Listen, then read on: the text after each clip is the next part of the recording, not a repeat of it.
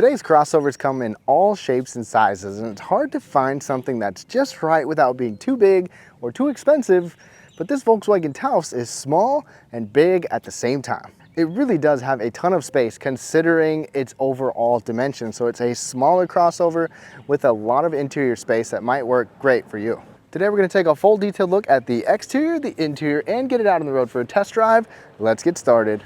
All right, y'all, let's take a look at the exterior details for this Volkswagen Taos. Now, this is the top SEL trim. I showed you the SEL when it first came out. There's a new trim called the SE Night that slots in right below this one. Volkswagen's still going to give us our standard LED headlights. They look really nice and slick. You've got the LED blinker going off right there, LED headlights, and the SEL trim right here even gives us adaptive lights, and you've got a front LED light bar. This is really cool and it stands out at night. I've got a night review showing off a blue one of these if you want to check it out. Now, this Taos in red is going to come with 19-inch wheels. These are pretty big wheels for a vehicle of this size. And speaking of size, this is 175 inches long. This is the smallest Volkswagen SUV, and it is surprisingly roomy for how small it is. You'll be surprised with cargo space and passenger space, and that is the biggest takeaway with this Taos. Of course, you have the ability to put crossbars up there to carry some stuff up on top. What do you think of the overall design? In the back, you're going to get LED taillights, part of that flicker, LED turn signals as well, and your typical Volkswagen rear end. Now, taking a close look at the cargo area, no power lift gate, no hands-free option like that, but it lifts up really nice and easy. There's also a grab handle there, so you don't have to get your fingers on the dirty vehicle. And you've got good space overall. The all-wheel drive, which we have, takes a little bit of space away compared to the front-wheel drive version. However, one thing that I like to see is the fact that we have a hook right there. There's a light.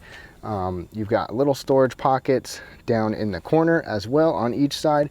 And over here, you even get a 12-volt power outlet. And under there, Volkswagen actually gives you a spare tire. That's fantastic. Those are going away nowadays. To fold the seat down, you pretty much have to just reach up. There's no lever back here, but it's not that far to actually reach it like that. And you've got good space. Take a look at that. So even though it's not flush with the back seat, there's still a lot of space overall. Definitely can't complain about this. You get about 60 cubic feet in this all-wheel drive version. All right, y'all, so we have the smart key system. We've got remote start on here as well, which is nice to see. Your regular lock and unlock. This unlocks the hatch. It doesn't open the hatch, so it's not a power hatch. But with the smart key system, it's simple. It's just push this button to lock it, or you push this button to unlock it. It's not on the back doors, it is just on the front doors. Let's go ahead and take a look inside. So the seats in here, we've got leather seats on this SEL trim. They look nice. I've been able to spend a pretty good amount of time in here, more than I was able to the last time with the Taos, and I've been comfortable. You've got good bolstering. These are leather wrapped. I like the two-tone look to these as well. And take a look at this down here. We've got your regular power adjustments and two-way lumbar. Take a look at this. Right in front of us, we've got heated seats and ventilated seats. Both are 3-tier. That's really nice. You also have a heated steering wheel button right there. The steering wheel is leather wrapped. The entire wheel is heated, and it's manual tilt and telescoping. So you've got a pretty good range of motion in there. The only thing is that we don't have memory settings. If you were expecting that, we've got heated seats, ventilated seats. They are comfortable seats, just no memory settings in here. Now, climbing into the back seat, this is all hard touch up here, but at least you still get a soft armrest and a pretty big grab handle right down there as well. The rest of the back seat is fairly spacious, as you can see right here. Good legroom overall and better space than you'd probably expect in a vehicle of this size. So sitting behind myself, this is where I like to have this seat. And I've got a ton of foot space, ton of knee space. My knee room is excellent. The seat doesn't feel too low to the ground, which is also nice. You even get air conditioning vents back here, a storage area, and a USB-C charging port down there. Did I say storage? I mean, I don't know what you're gonna put there, but it's something. In the middle, you've got this fold down armrest with a couple of cup holders. This is also nice and padded. Overhead, we get this panoramic roof as well. This thing goes way back. I mean, it goes way back here. It's a big old roof, so this is nice to see for your backseat passengers. Spacious back seat, everything works well. The only complaint, not a complaint, it's just a statement, there's no heated seats back here, at least not in the US. But headroom is great, legroom is great for the size of the vehicle. All right, y'all, let's hop inside this Volkswagen Taos. Now, it's a nice, practical interior. You've got a couple of fairly large screens over here, but first thing, over on the door, and one of the most annoying things about Volkswagen with that, it's gonna beep the crap out of you if the door opens. Anyways, nice soft material right here, a soft, different contrast material right here. The armrest is padded. You've got a good grab handle, a big enough space to put your phone or something to if you wanted. And these are all automatic one-touch windows, and there's a really large area and a huge opening for a big bottle. Steering wheel is leather wrapped. It's also heated. We've got rain sensing windshield wipers right there as well. And of course, we have Volkswagen's digital cockpit, which is standard. It looks nice, it works well. Let me show you. So you can change the color of everything on here. You can change the information that you have in the middle. So you can decide any of these categories right here. And once you get to the driving data, there's a ton of different data that you can have on here as well. Go to an overview, like a long-term look of when you reset things. You can change whether or not you see the gauges, have different views depending on what information you have going.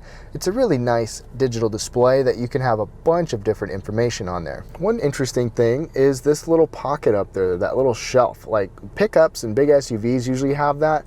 I think it'd be nice if they put a little rubber mat. Obviously you could buy one, but just something so maybe you could put your wallet or sunglasses or keys and it won't rattle or slide around, but could put something up there still if you wanted to.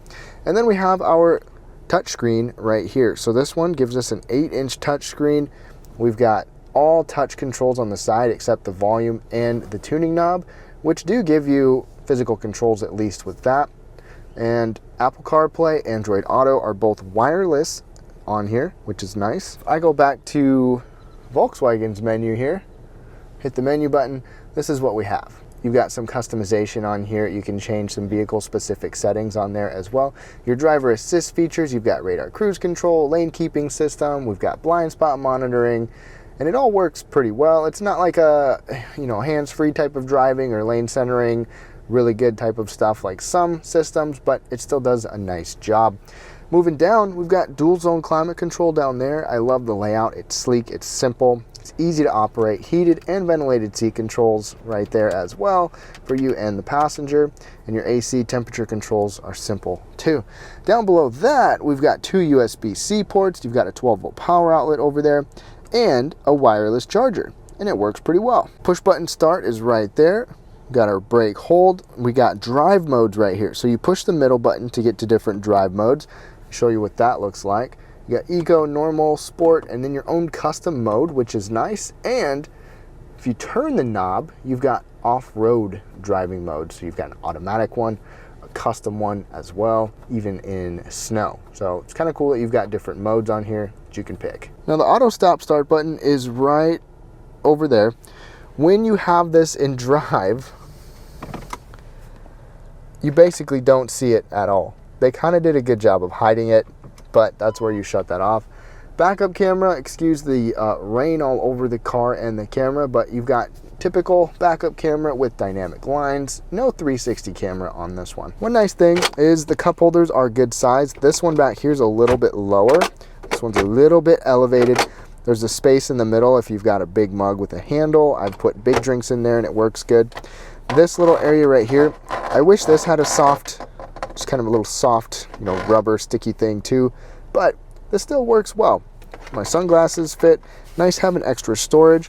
And then this armrest, this is different than what you get in like the Golf where it kind of ratchets up. It doesn't extend or anything either. But if you open it up, you've got a deep area. It's just fairly small as far as length. The glove box is not a locking glove box, but it's pretty large. Automatic dimming rearview mirror up there. Volkswagen also gives us LED interior lighting. Now it looks like this would be a sunglass holder, but it is not. Go ahead and open this up. And you've got this panoramic roof. It's a large panoramic roof.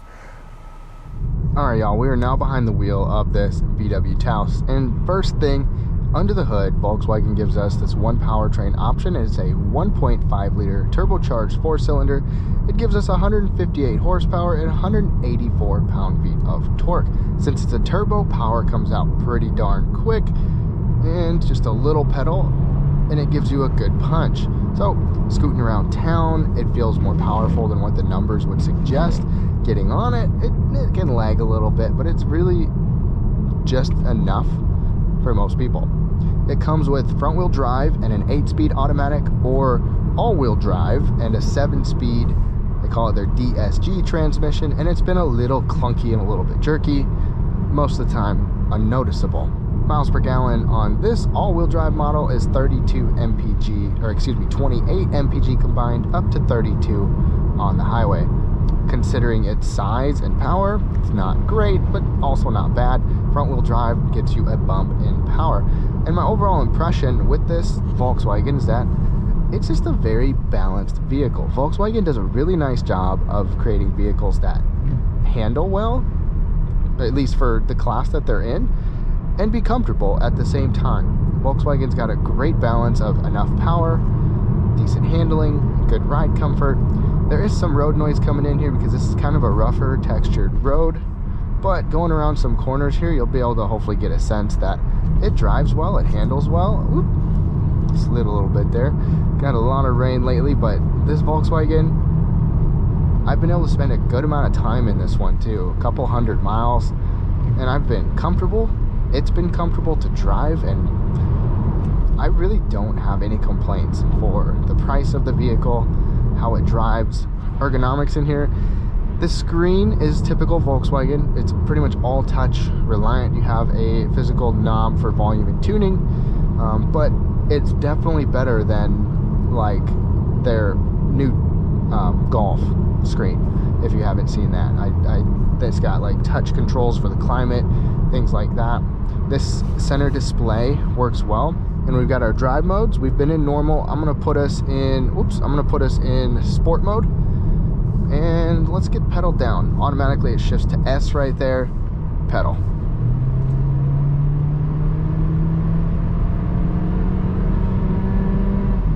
So getting up to speed, it held those RPMs pretty good, and it's still holding RPMs.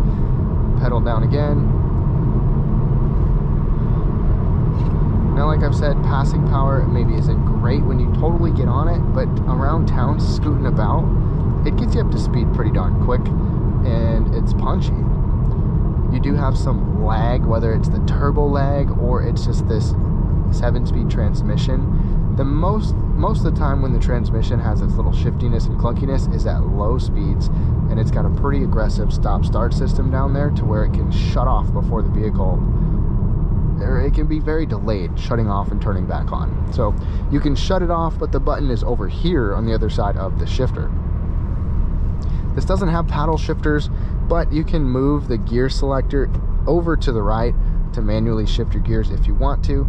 It's not the most responsive. It's mainly just if you need to manually shift for some reason, you can still do that.